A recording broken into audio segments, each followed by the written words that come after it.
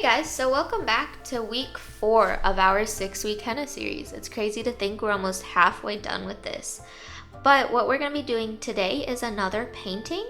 And so as always, it's going to be the painting that you see on this still image. And what you're going to need today is you're actually going to need some painter's tape. If you don't have painter's tape, scotch, like regular scotch tape should work just fine. But I'm going to be using painter's tape. You're going to need some acrylic paint from wherever, but I always get it from Walmart. It's like 50 or 80 cents there. Some paintbrushes, a canvas, or a piece of paper to paint on, and then go ahead and get a water bowl to clean your brush off with. And we're gonna get started. So I'm just showing you guys the paint that I'm gonna be using. You need scissors and some painter's tape, like I said. And what I'm gonna be doing, so we're gonna start off now. And what I'm gonna be doing is taking a piece of painter's tape, it doesn't matter how long, and I'm going to cut it up into strips. So the strips, it doesn't really matter how thick you make them or thin you make them, you just want a bunch of different strips of painter tape, and you want to put them onto your canvas. So I'm just gonna randomly put all of this tape on my canvas. As you can see, I did the first one, and then I'm gonna go ahead and go and do the rest of them and then come back and show you guys what I have. So go ahead and pause the video and take some time to cover your canvas in tape. Alright, so I'm back and you guys can see my completed canvas. The tape is by no means cut in straight lines because I cannot cut in a straight line, and it is definitely varying levels of thickness, and that's totally okay.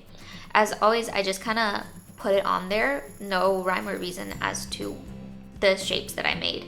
But I'm going to be taking my black paint now, and what I'm going to be doing is just filling in the entire canvas in black paint. I'm going to try my best to stay within my tape lines, just because that way I can see where the tape is, and it's a little bit easier to remove it. But you guys don't have to use black, so I'm using black because I have some brighter paint colors. I have like a blue, a purple, a pink, a green, and a yellow that will show up really well on black. But if that's not your color, that's totally fine. You can make this background any color you want and then make the design in any color you want as well. So go ahead and just paint that canvas black all the way. And now that we have that covered, what we're gonna be doing is just waiting for it to dry. So go ahead and pause the video, meet me back here 15 minutes, and we'll do the second part.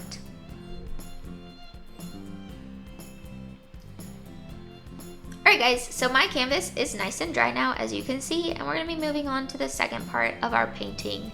Super simple. I'm just gonna be taking some colors. So like I said, I'm using blue, green, yellow, pink, and purple. And I am gonna actually start out with the yellow. So the goal of this painting is to draw one big image, and then when we take off the tape, the image will continue in like each of the black parts that we've painted in with like white borders between it. So it'll look kind of funky and cool. I'm gonna be starting with yellow and again doing this sawtooth design that you guys have already seen so much of. So that's why I'm trying to reuse these patterns and these designs so you guys get more and more practice with them. So I'm just gonna be doing it in yellow all the way across my canvas. There is no right way to do this. I'm just gonna be drawing these designs at random. And as always, you're free to change this up. So if you're not really this geometric type of person and you prefer floral designs, instead of doing these geometric shapes, do some flowers and some leaves and some vines. That would look great too. If you want to do different colors, feel free to do different colors. Make this painting your own.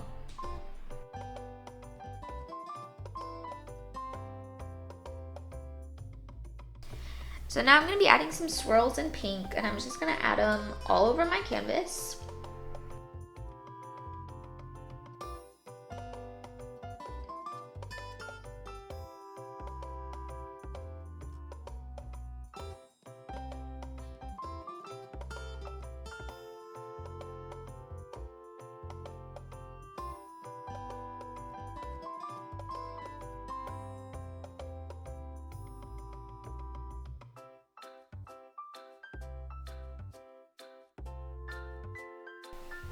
And then once I get those swirls down, I'm adding some blue lines. So I'm gonna be adding blue lines onto my painting.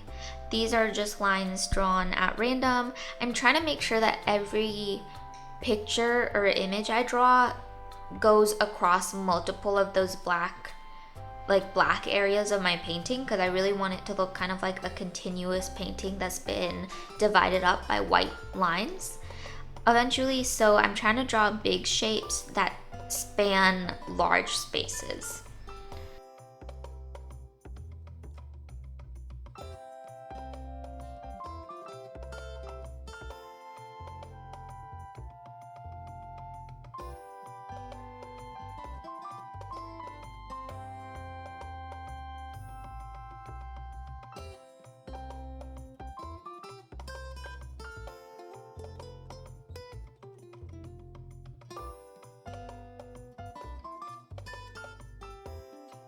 But I'm just gonna fill it in with some blue lines, and then I'm gonna add purple, and I'm gonna do the same sawtooth chevron design with purple. I'm just gonna use it to like fill in some random spots that I feel like look empty. So go ahead and do that.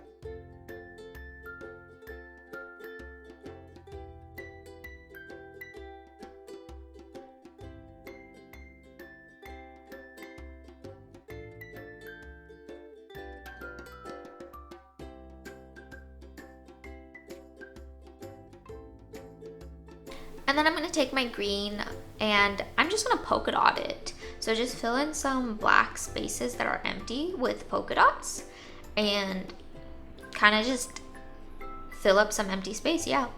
But once that is done, you are again going to pause this video and wait for 10 to 15 minutes for your paint to dry, and then we're gonna come back and remove this tape and see how it looks. Alright guys, so my painting is nice and dry now again. And I'm just going to start removing the tape. So just pick a corner and pull somewhere.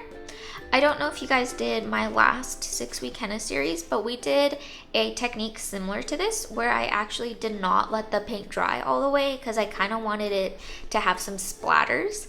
But in this case, I actually really wanted some clean lines, so I waited for my painting to dry completely.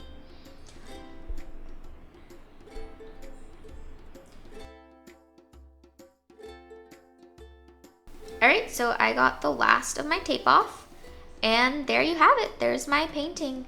So I hope you guys enjoyed this week and our painting adventure together. Join me next week for week 5 of our henna series, where we will be doing our final henna design.